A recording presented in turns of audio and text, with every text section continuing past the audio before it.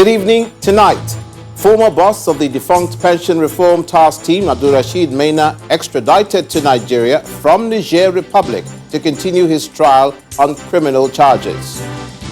Minister of Interior in the President Jonathan administration, Abba Moro, begins his defense at the Federal High Court Abuja on his role in the botched recruitment exercise of the Nigeria Immigration Service in 2014.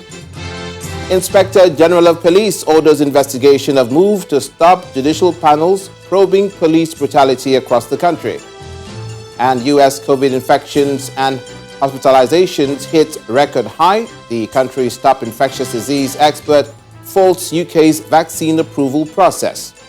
Plus business, sports, and later international news from our London studios. On business news tonight, Central Bank says new policy on diaspora remittances into the country takes effect from December the 4th. And on sports news tonight, the Premier League agrees to pay the English Football League £250 million as part of a bailout to cushion the impact of the COVID-19 pandemic.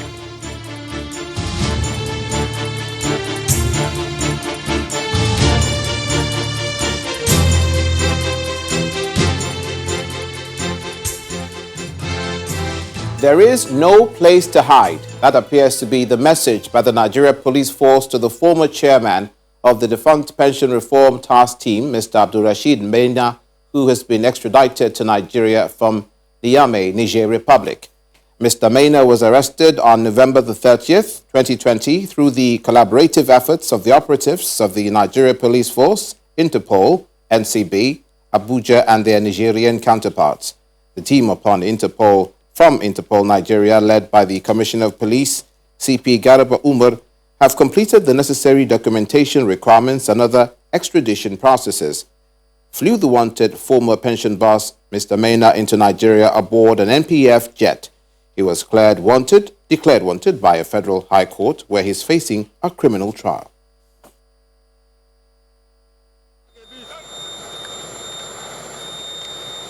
It is the arrival of the former chairman of the defunct pension reform task team, Mr. Abdulrasheed Maina. He's escorted to a waiting police vehicle upon arrival at the Nnamdi Azikiwe International Airport in Abuja. Before being driven out of the airport, the commissioner in charge of Interpol speaks on the extradition process. The Interpol is just back from Niamey, Niger Republic, to extradite a fugitive that is wanted by the EFCC. And Mr. Abdulrasheed Abdullahi Maina is brought back to Nigeria. And we are acting under the instruction of the Inspector General of Police, whom the other law enforcement agencies applied to him for the extradition of the fugitive. And we are back, and we have brought him back to Nigeria to face justice. Having absconded from Nigeria and missing 4 consecutive court sessions, the court had ordered the remand of his surety, Senator Ali Ndume, at the Kuje Correctional Center. He regained his freedom after forfeiting his bail bond. Before being brought back to the country, the trial of Mr. Maina continued in Abuja on Thursday, with a prosecution witness, Ruqayya Ibrahim, narrating how Mr. Maina acquired properties in Dubai, United Arab Emirates, United States of America, and a $2 million property in Jabi, Abuja. The witness, who is an EFCC operative, revealed how Mr. Maina paid a cash sum of $2 million to acquire property in Abuja. She also states that 32 documents, hard disks, and flash drives relating to properties linked to Mr. Maina and his family, and details of some of his investments in Dubai and in the United States were recovered from him. The witness also disclosed that investigations prove that another company owned by Maina, Kangolo Dynamic, does no business, but that the defendant created a bank account for it in which his name did not appear anywhere on the account document, even though he was in control of all the deposits in it. In the course of the trial, the lawyer to Mr. Maina's company, Mr. Adeola Adedikbe, withdrew from the case. With further revelations from the witness, the court adjourned further trial to December the 4th, 2020.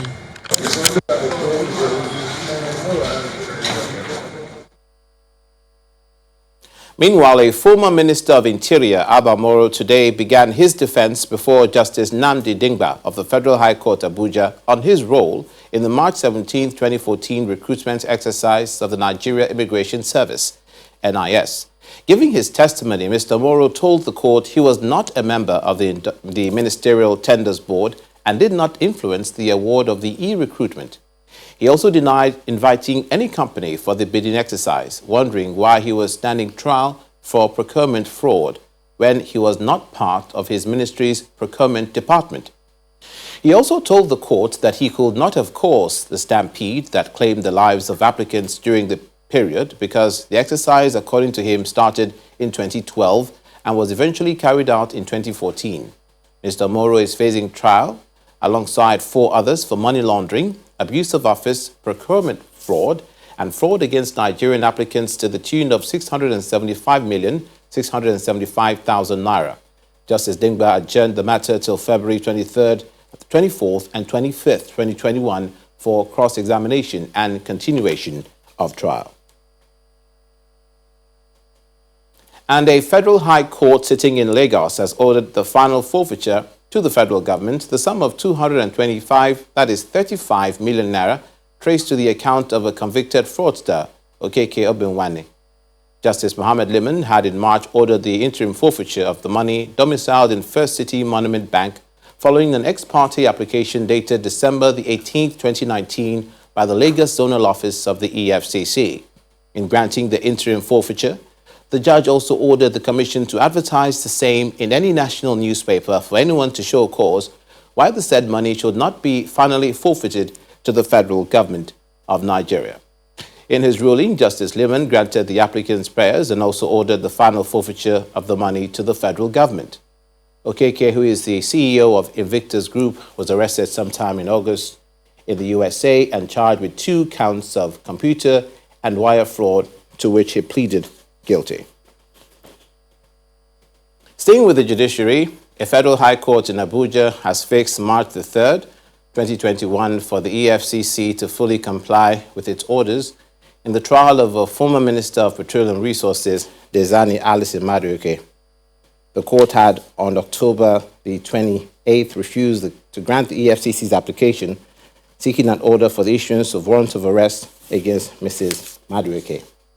Justice Ojukwu held that an affidavit with evidence to prove that the earlier court summons granted the agency had failed in the extradition of Mrs. Madueke must be filed by the commission before another request could be made.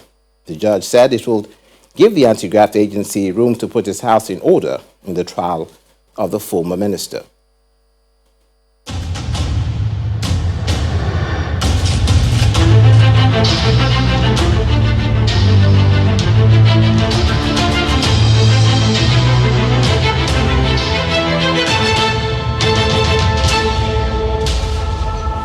The Inspector General of Police, Mohammed Adamu, has ordered immediate investigations into a suit challenging the legality of the judicial panels of inquiry set up to investigate allegations by citizens against officers of the defunct Special Anti-Robbery Squad. In a statement, the police expressed disapproval of the force management team on the matter and directed the alleged role of the force legal section, including its head, in the case to be probed. The IGP has also queried the forced legal officer, who may face further sanctions if found guilty of dereliction of duty. In the suit earlier filed by the police, they argued that the establishment of panels of inquiry by the state governors to investigate activities of the force violates Section 24 of the first schedule to the Constitution and Section 21 of the Tribunals of Inquiry Act. Now, the National Economic Council had directed state governors to establish judicial panels across the country in the aftermath of the EndSARS protests as part of moves to deliver justice for victims of disbanded Special Anti-Robbery Squad, SARS, and other police units. Meanwhile, the Edo State Judicial Panel of Inquiry for Victims of SARS and related issues has summoned one Mr.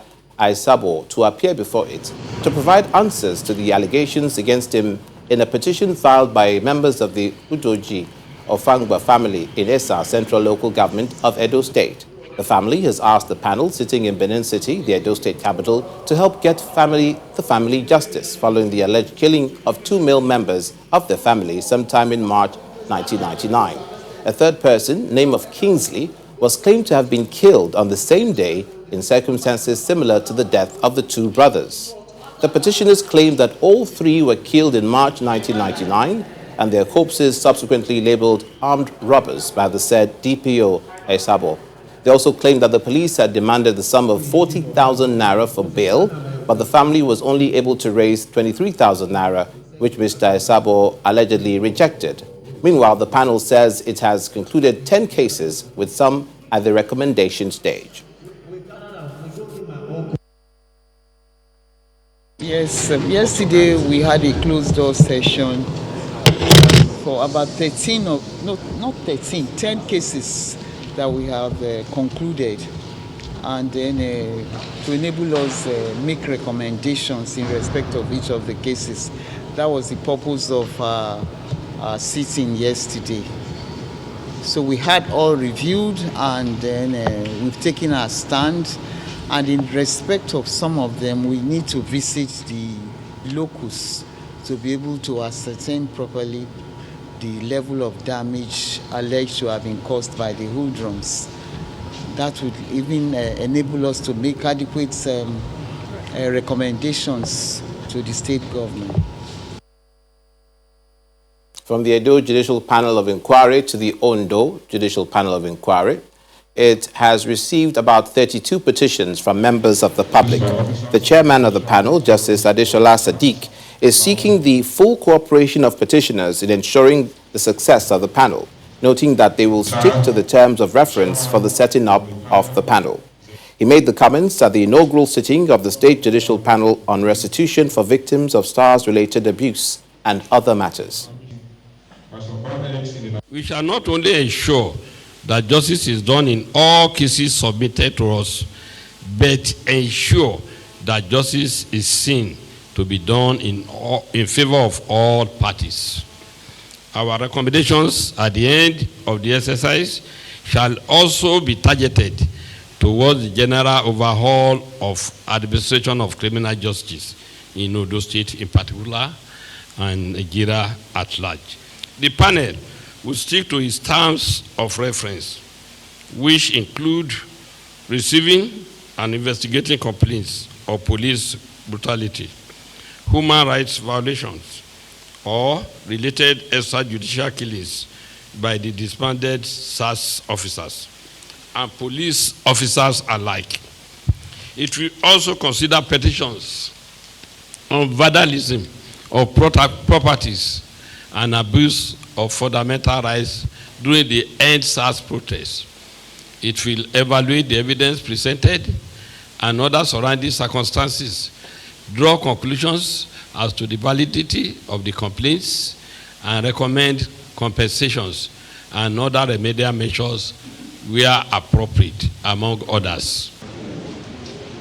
In the meantime, Governor Babajide Sanwo-Olu of Lagos State has presented 10 million naira each to the wives of 6 police officers killed during the aftermath of the EndSARS protests. The governor's gesture was in fulfillment of his earlier promise during a meeting with police officers at the State Police Command. The governor also awarded scholarships to the children of the deceased officers up to the university level.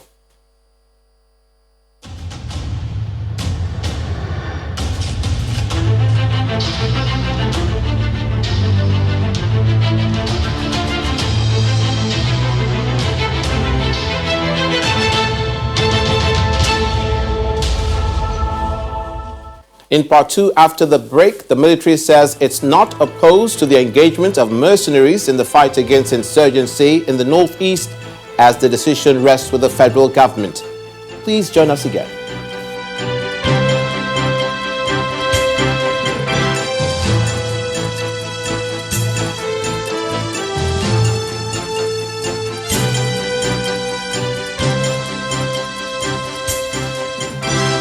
Welcome back. If you've just joined us, you're watching the news at 10 live on Channels Television, Lagos. A reminder of our top stories.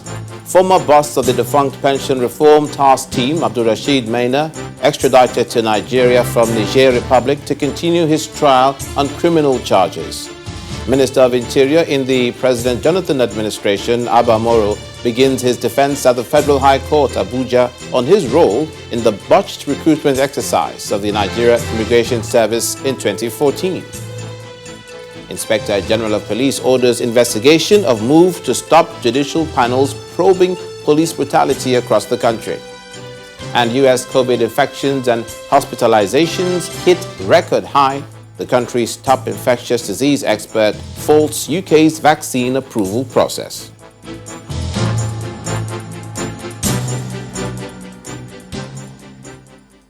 To law for enforcement and security, the 2020 Police Act signed by the President Muhammadu Buhari administration in September has been described as something that can engender the needed reform of the police. Speaking at the town hall meeting put together by Plaque and Channels Television, Mr. Innocent Chukwuma says for that to happen, a full year is needed to set the process in motion.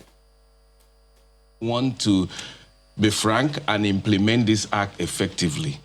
We need nothing less than 1 year to prepare for the commencement of this act. There's a provision in the new act, very important one, that talks about annual policing plan from the force headquarters down to the various units. And what that means, you take your time to plan. What are the priority crimes you are going to be dealing in a particular year? What are the things you need to enforce them? Where will the budgeting comes from? And all this needs to be wrapped up before you commence the act.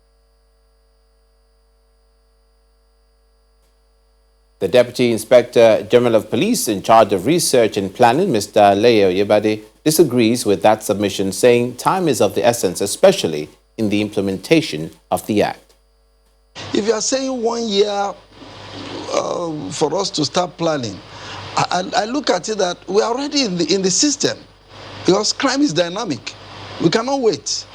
What we are having now is to review what crime is prevalent for now and what strategy are we going to use to address those challenges. But what we are saying now is, with the training and retraining of the personnel, let the government also do more in terms of provision of the amenities and the gadgets that are needed to really effectively put this act into practice. And then let's now move on. I don't think we should wait because crime is dynamic. Meanwhile, the president of the Nigerian Bar Association, Mr. Olumide Akpata, says the relevant authorities need to undertake a deliberate attempt to enlighten the general public if the new Police Act must achieve the purpose for which it was initiated in the first place. According to Mr. Akpata, who spoke during the town hall meeting organized by Plaque and Channels Television, this is necessary because the Act lacks accountability framework. In this new Act, there does not appear to be a clearly laid out accountability framework. That, for me, is the major concern. The Act is full of prescriptions. It's loaded with prescriptions as to what standard operational procedure should be regarding policing. But my team and I have looked through, and we are still trying to find out where exactly there are consequences for bad behavior. Where exactly will we find the rules that govern how the policeman will be held accountable in the absence of whenever he errs. And you see, the trust that we are hoping to build can only be built when the citizen is assured that there is accountability when the police errs. And that, for me, is the reason why the NBA is working really closely with the National Assembly, particularly the House of Representatives. Away from police reform to child rights, Nigeria has begun a substantial move to chart a new course for child vulnerable witnesses within the context of the Nigerian legal system. This is according to the National Association of Women Judges of Nigeria at a virtual conference in Abuja, where it lamented the inability of some states to domesticate the Child Rights Act. It's a challenge which the president of the association and Justice of the Supreme Court, Justice Mary Odili, says has put a wedge in the development of practices and systems aimed at offering child protection and for vulnerable witnesses. Female members of the bench cut across the 36 states in the FCT have converged in the nation's capital to identify and propose solutions on measures to protect children and vulnerable witnesses in Nigeria. My Lord. One after the other, they say the conference couldn't have come at a better time. Prevalence of sexual and gender-based offenses against children has further brought to the fore the imperative of designing appropriate protective measures for these children, who are sometimes the only witnesses to the offenses. Such protection must not only address the overwhelming cultural and social norms and barriers to exposing criminals, but must also assess and address the problems that these witnesses may face before trial, during trial, and after trial. The context of this protection for child and vulnerable witnesses has become imperative, having regard to the indices which have shown that Nigeria is behind in the protection of child and vulnerable witnesses when compared to her Commonwealth counterparts. They advocate stiffer punishment for defaulters and more facilities for the courts to protect vulnerable witnesses. Violators of the Farm Act should receive punishment commensurable to the gravity of their crime. This will serve as a deterrent to offender and engender a sense of justice, closure to the victim. This will have the overall effect of encouraging other victims to come forward and eventually for the crime of violence against all vulnerable persons to stop. The facilities are not in place. So the executive really needs to look at the possibility of bringing out more money. National Assembly, please, as we are budgeting, remember that we need more money in the judiciary to be able to do these things. Many here are optimistic that the outcome of this meeting would help protect children's rights and vulnerable witnesses and ensure that they are granted access to justice at all times. Something good is To the war against insurgency, the decision whether or not to engage mercenaries in the fight against insurgents in the northeast will be determined by the federal government. This is the position of the Defense Headquarters, which notes that the military is not opposed to the idea of engaging a private army in the fight as recommended by the Borno State Governor, Babagana Zulum.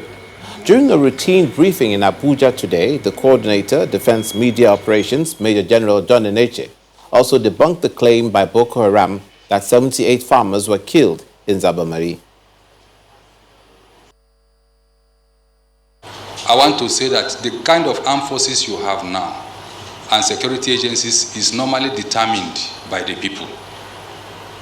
So it is not in our powers or to say yes or no. It is the kind of force package. Each time I brief you, I talk to you here, I say Air Force will package and make an enhanced force package of fighter jets, helicopter gunships, and then take out the position. The same thing with the Army and the same thing with the Navy. Navy will package special forces, the crew to go to, so for every government, it is what you want.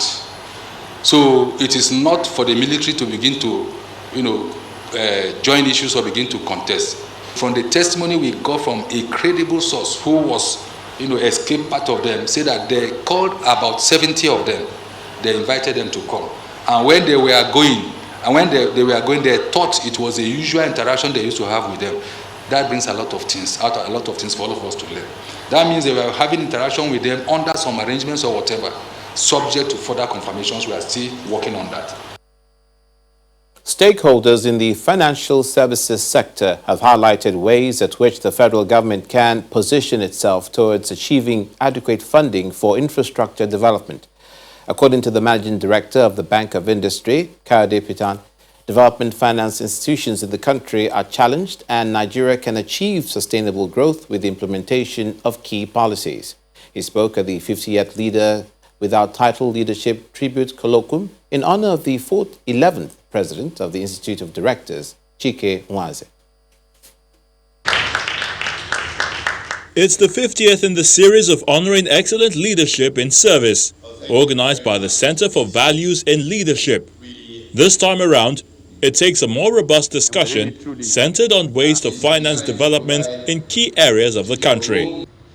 Gathered are industry players, scholars, and well-meaning Nigerians who lend their voices to the challenges hampering infrastructure development in the country.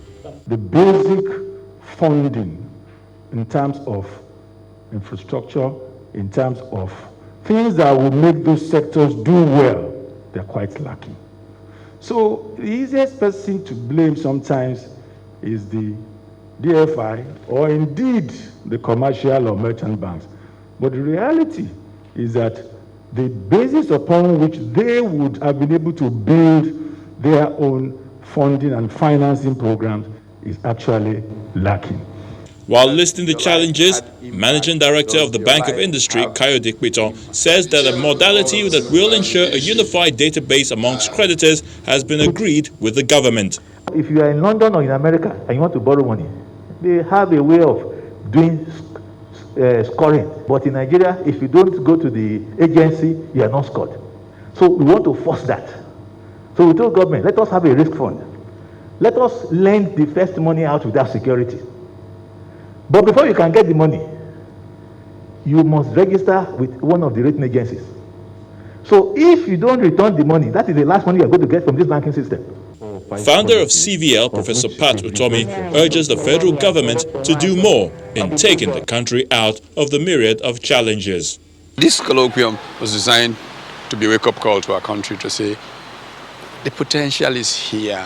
Please, please, please, let's do something to make this country claim its promise. Let's stop suboptimizing by all these small transactions of I can put some money in my pocket, I will need to control everything, and then impunity in decision-making in public life. Let's do things well and let the benefits be writ large. The take-home from this colloquium is that Nigeria can do more in taking full advantage of its potential with right leaders and collective will. When the news at 10 returns, Central Bank of Nigeria says new policy on diaspora remittances into the country takes effect from tomorrow, December the 4th.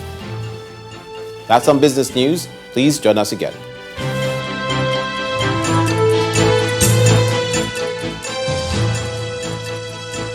Welcome back.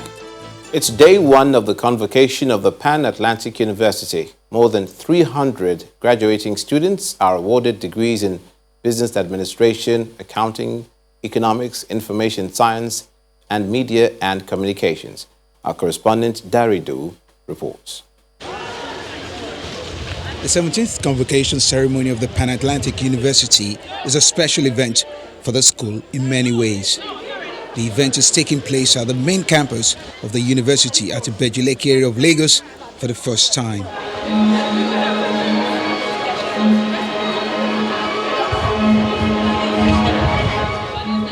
The procession of the graduating students marks the beginning of the ceremony.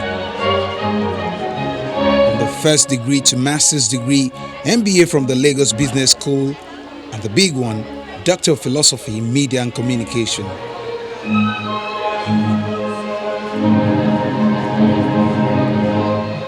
It's a peculiar year with COVID-19 altering timelines and schedules, but against the odds, the school kept to its academic calendar. Immediately after in-person instruction was stopped, online teaching started in all courses. We organized training programs, and 2 weeks after the main campus was vacated, we were already teaching all courses online. To meet our renowned exacting academic standards at PAU, it can probably be said that this class of 2020 worked harder and under more difficult conditions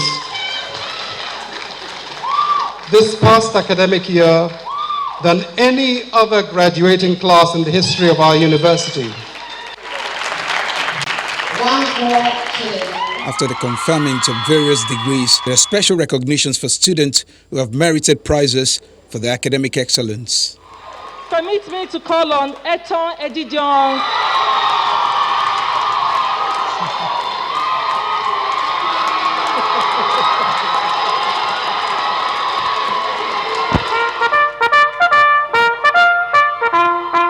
Channels Television's very own Ijoma Oyato is not only one of the 4 persons graduating with a doctorate degree, she's also the first female PhD graduate from the School of Media and Communication.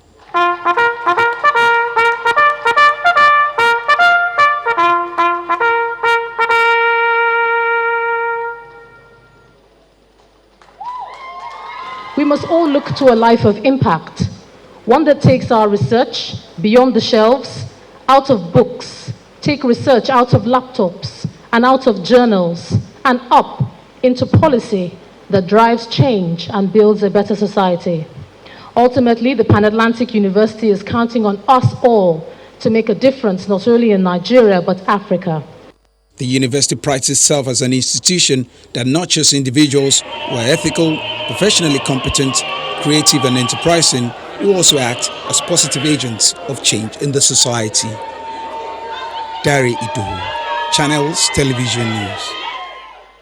And congratulations are in order for Channels Television's Ijoma Oyato on her PhD. Momas Electricity Meters Manufacturing Company, an indigenous metering company, has unveiled a new product known as Power Enhancement Panel. At the launch ceremony, which also marked the 25th anniversary of the company, the chairman of MOMAS, Mr. Kola Balogun, said the product would allow for a mixed grid of power sources to provide uninterrupted supply. 300 students trained in meter installation also graduated from the MOMAS Metering School. They will be fully equipped to practice all. Raising the bar of human capacity development in the power sector is why key stakeholders are gathered at this ceremony as 300 youths who have undergone training in meter installation join the labor market. For chairman of MOMAS Group, this is one way to support the federal government in its bid to provide 6 million meters across Nigeria. How do we roll out 6 billion meters in a country of this without taking advantage of empowering the youth to do a proper meter installations? This is what actually touches my mind, that there is need for us to look inward and develop our capability and empower our youth massively. Any country that pushes away knowledge is going to crash. And that is why I identify strongly with Engineer Balogun and commend him seriously for the work he's doing, a pioneering work he's doing. For those present, equipping youth with soft skill is now more important than ever. When we refuse to engage able youths, please be ready that they are going to engage us. MMS, skill is power. Then the students are called up to receive their certificates, and Mohammed Sadiq from Katsina State emerges the overall best.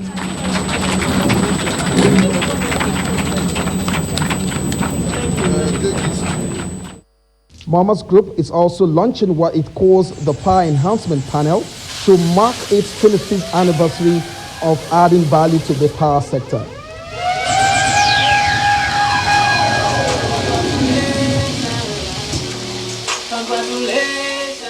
That panel means that there can be mixed grid, hybrid in such a way that PACN or the DISCO will have power. If they don't have power, another source of power can come in. MOMAS Systems was incorporated in 1995. The company describes itself as the first indigenous company to deploy, install, and manage prepayment metering solutions for the Power Holding Company of Nigeria. Olu Phillips, Channels Television News. Business news takes center stage now. Here's Teniola Shobowale.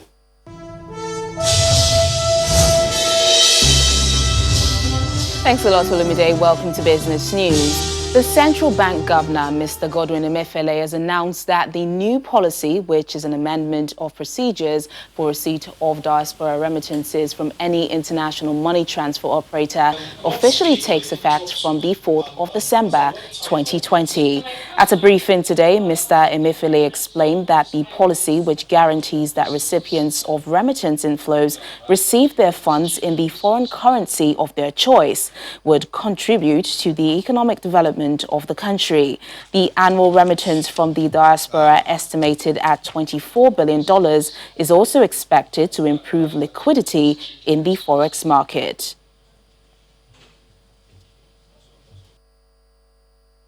The CBN, in an effort to enable smooth implementation, engaged with the commercial banks and the international money transfer operators, the major ones I say, to ensure that recipients of remittance inflows are able to receive their funds in the designated foreign currency of their choice. As a result of these engagements, which took place this morning with particularly the major IMTOs and the deposit money banks, the stakeholders have committed that they will deploy all necessary tools and facilities to ensure that these measures become effective from the 4th of December 2020. I therefore seize this opportunity to announce to all Nigerians, both at home and in diaspora, that the policy of recipients receiving their monies from abroad kicks off tomorrow, 4th of December 2020.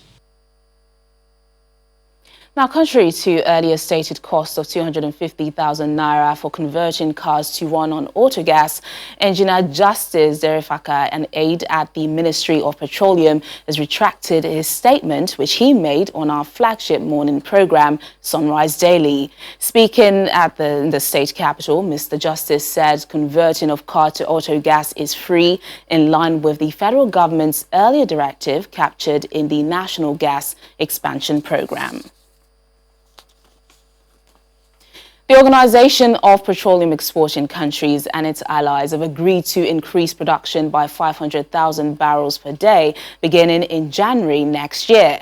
This comes after the group of oil producers, which controls almost 50% of the global production, resumed talks which were suspended on Tuesday after failing to reach a compromise. The amount, which is far below the 2 million barrels per day initially agreed, will bring the total production cuts at the start of 2021 to 7.2 million barrels per day. Meanwhile, oil price benchmark Brent crude futures surged by 1.20% to $48.83 per barrel at 9:25 p.m. local time, while US WTI futures jumped by 1.04% to $45.75 per barrel following the latest output cut announcement. The NSE's main index fell below the 35,000 level it recently attained after a second round of sell pressure pulled the total value of listed equities back by about 46 billion naira today. Ekaite Afia has the details.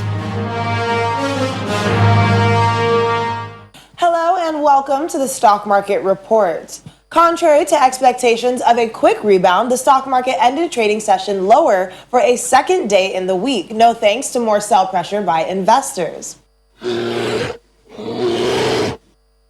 Now, that growl from the bear managed to scare the bull away from the market despite its attempt to reclaim dominance after intense profit-taking on the 5 Tier 1 lenders, in particular GT Bank, led to an additional 0.25% drop on the all-share index. It is also mostly negative performance across the board on the sectoral chart as investors extended sell pressure on key components from the consumer goods and insurance counter, while the oil and gas sector recovered 0.35% from Wednesday's 0.75% loss. Despite the second round of losses recorded today, traders say they expect to see some bargain hunting in Friday's session, as the lower price of some fundamentally sound equities remain a major factor to attract investors to the equities market. For now, optimism is the watchword. That's all for the Stock Market Report. I'm Ekaite Afia. And that's business news tonight. It's back to you, Olumide.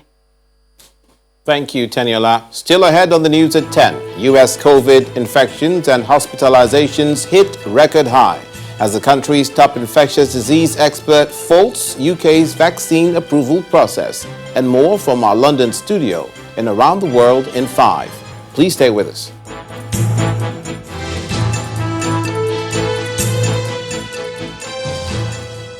Dr. Anthony Fauci, the U.S. infectious disease expert, says the U.K. was not as rigorous as the U.S. in its COVID-19 vaccine approval process. Now, the U.K., who on Wednesday became the first country in the world to approve the Pfizer vaccine for the coronavirus, has defended its process, saying the jab is safe and effective.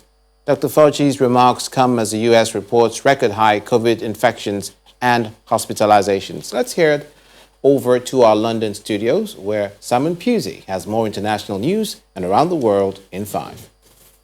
Good evening and welcome to the Channel Studios here in London with your international news around the world in 5. Hong Kong media tycoon and pro-democracy supporter Jimmy Lai has been charged with fraud and detained until a court hearing in April next year. The court previously denied him bail over a charge relating to the illegal use of his company's premises. It comes a day after 3 prominent pro-democracy activists were jailed, among those Joshua Wong. The cases have raised fears of a renewed crackdown on the city's activists and media figures, spurred by a controversial new security law.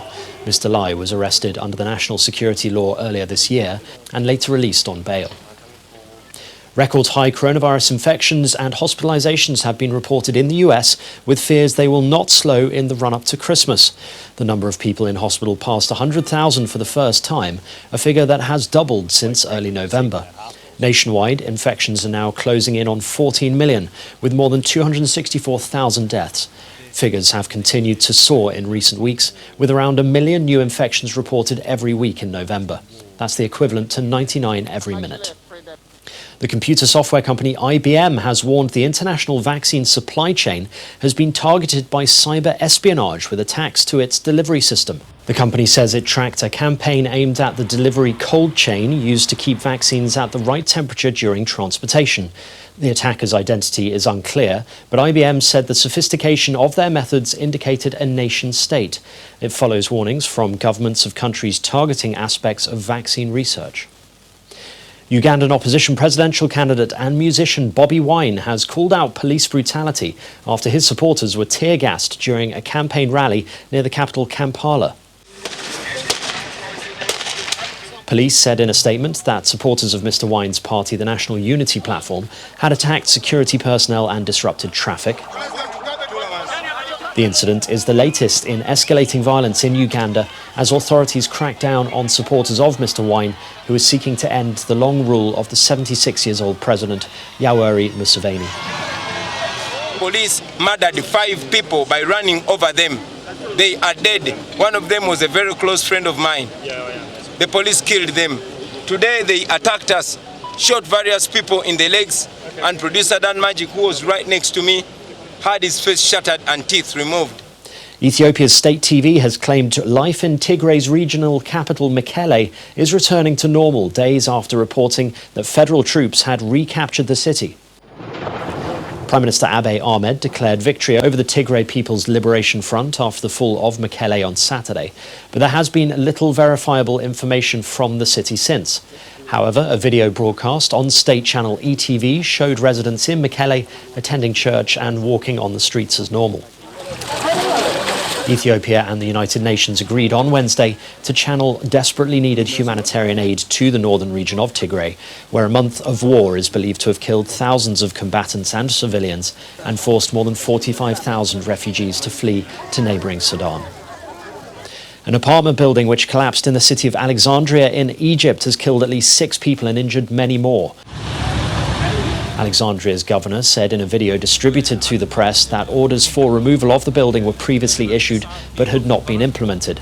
The video also showed rescue workers digging through the rubble with bulldozers looking for survivors or bodies as civilians rushed the injured to ambulances. 9 members of 2 families are still thought to be missing. Britain's Prince Harry has suggested the coronavirus pandemic is a rebuke from nature, as he called for more action to tackle climate change. It's almost as though Mother Nature has sent us to our rooms for bad behaviour. The Prince spoke during a conversation about the environment with the chief executive of a streaming platform for climate documentaries. The Duke and Duchess of Sussex have spoken out on issues such as race and the environment since stepping down from their roles as working members of the royal family at the end of March and moving to California. And finally, the holiday season has officially kicked off in New York City with the 88th annual lighting of the Rockefeller Center Christmas tree. 3, 2, 1, light it up! New York's Mayor Bill de Blasio and Rob Speyer were on hand to turn on the 50,000 LED lights on the 11-ton tree. The 2-hour ceremony was broadcast live with several star-studded performances, including Dolly Parton and comedian Jimmy Fallon, covering Mariah Carey's classic All I Want for Christmas. And that's your international news around the world in 5. Now back to the Channel studios in Lagos.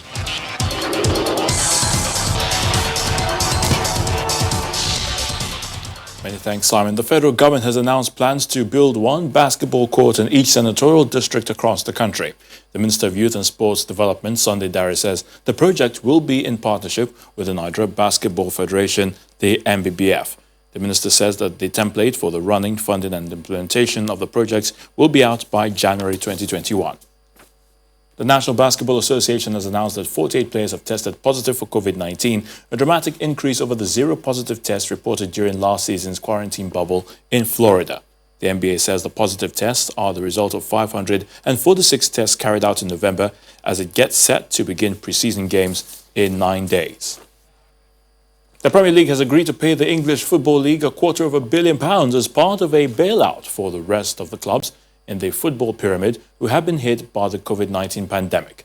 The agreement approved at a shareholders' meeting today will see the second-tier championship receive an interest-free £200 million loan, while the third-tier League One and fourth-tier League Two clubs have been awarded a £50 million grant. And that's a wrap with sports news. It's back to you, Lumide.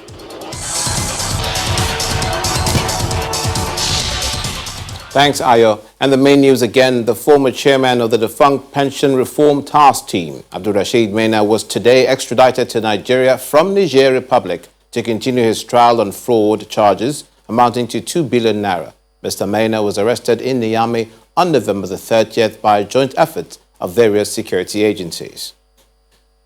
That's it on the news at 10 tonight. Thank you for watching. I'm Olumide Macaulay.